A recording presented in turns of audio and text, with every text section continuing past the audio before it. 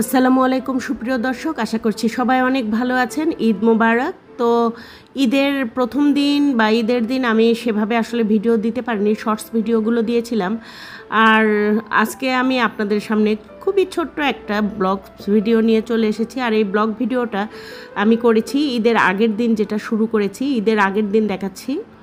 ঈদ তো হয়েছে 7 তারিখে, তো 6 তারিখে এটা চুলাটা তৈরি করা হয়েছে আমাদের ছাদে। নিচ থেকে মাটি দিয়ে খুব সুন্দর করে চুলাটা তৈরি করা হয়েছে।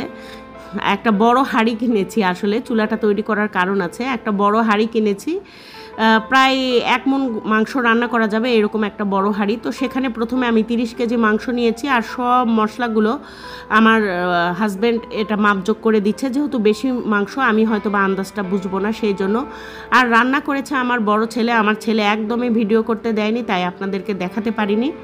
তো বড় পাতিলে করে প্রথমে এটা রান্না করে দিয়ে গেছে নিচে।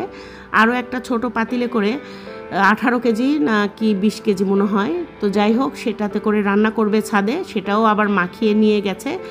তো এই যে উপরে যে হাঁড়িটা দিয়ে গেছে উপর থেকে আমার ফ্ল্যাটে দিয়ে গেছে রান্না করে, সে হাঁড়ির মাংসগুলো কতটা চমৎকার হয়েছে দেখুন। এই মাংসগুলো মূলত ছোট ছোট প্যাকেট করে ফ্রিজে রাখবো, এবার কাঁচা মাংস রাখছি না, সব মাংস সুন্দর করে ভুনা করে নিয়েছি। আর ছাদ থেকে বারবার ফোন করছে যে আসো একটু উপভোগ করো, দেখো এরকম তো হয় না, খড়ির চুলায় রান্না করছি, কেমন হচ্ছে একটু দেখে যাও। তো আমি ওদের রিকোয়েস্টে ছাদে গেছি। পরের হাঁড়িটা রান্না বসিয়েছে, এই যে দেখেন চুলাটা জ্বালিয়ে দিয়েছে, বাঁশের খড়ি দিয়ে ভীষণ চুলা জ্বলছে, আর এমন ধোঁয়া, চারিদিকে অন্ধকার, তেমন করে কিছুই আপনাদেরকে দেখাতে পারলাম না। আর এই যে চুলাটা তৈরি করেছে, দেখুন কত সুন্দর হয়েছে চুলাটা, আমার তো ভীষণ পছন্দ হয়েছে। আমি ওদেরকে বলেছি চুলাটা ভেঙে ফেলো না যেন, ওরা বলছে যে ঈদের পরে ভেঙে ফেলবো। তো আমি অনেক বলে কয়ে ওদেরকে রেখেছি যে চুলাটা ভেঙো না। আর ছাদ থেকে অনেকটাই উঁচুতে প্ল্যাটফর্মটা তৈরি করে নেওয়া হয়েছে একটা আলাদা, যাতে করে ছাদে তাপ লেগে ছাদের ক্ষতি না হয়। আর একটা ড্রাগন ফুলও ফুটেছে এই রাত্রে। তো এখন রাত 12টা বাজে, রান্না হচ্ছে। প্রত্যেকটা মাংস আমরা একটু একটু করে রান্না করে রাখছি সেই জন্য আর কি। আর গাছগুলোও খুব সুন্দর লাগছে, ওরা বাল্ব জ্বালিয়েছে। আর পুদিনা পাতা তো হয়েছে মাশাআল্লাহ, এত পরিমাণে হয়েছে। আর এই যে এই হাতাটাও কিনে এনেছে, 400 টাকা দিয়ে একটা হাতা কিনে এনেছে এসএসের, তো সেটা দিয়ে নাড়ুনি হিসেবে নাড়িয়ে দিচ্ছে।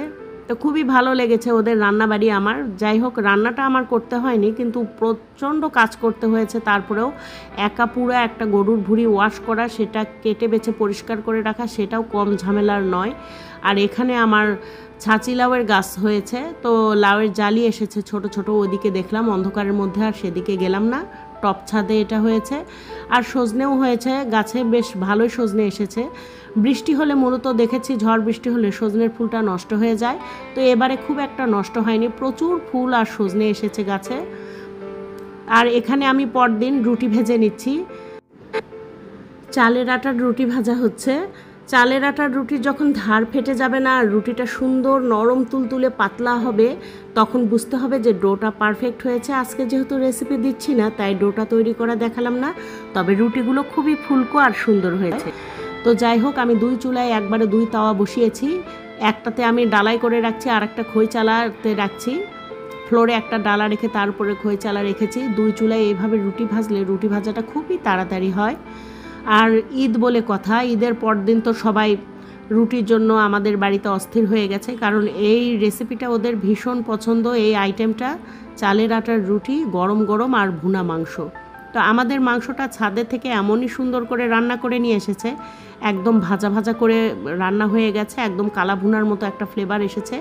আর পাশে একটু দেখালাম, ওগুলো ভুঁড়ির তেল আমি ডালায় পাতিলে করে ঢেলে রেখেছি। যাই হোক কথা আসলে গুছিয়েও বলতে পারছি না, প্রচণ্ড ঠান্ডা লেগেছে দর্শক।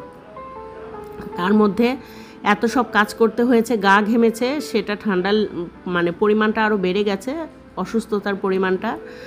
আর রুটি ভাজতে ভাজতে আমার আব্বার কথা ভীষণ মনে পড়ছে, কারণ আমার আব্বা চালের আটার রুটি আর মাংস ভুনা খেতে খুবই বেশি পছন্দ করেন। তো ভাবছি আজকে হয়তো বিকালবেলা আমার আব্বাকে দেখতে যাব।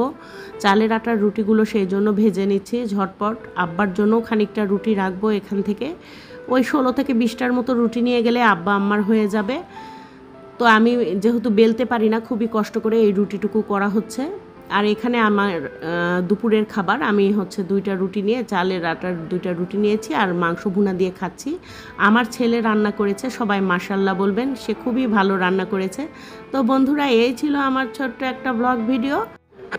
আপনাদের সবার ঈদ কেমন কেটেছে নিশ্চয়ই কমেন্টে জানাবেন, আর ভালো লাগলে ছোট্ট করে একটা লাইক দিবেন, আর একটু বেশি ভালো লাগলে চ্যানেলটি সাবস্ক্রাইব করে সাথে থাকবেন। আপনাদের সবার নিরাপদ ভ্রমণ হোক এই শুভকামনায় আজকে শেষ করছি। আল্লাহ হাফেজ।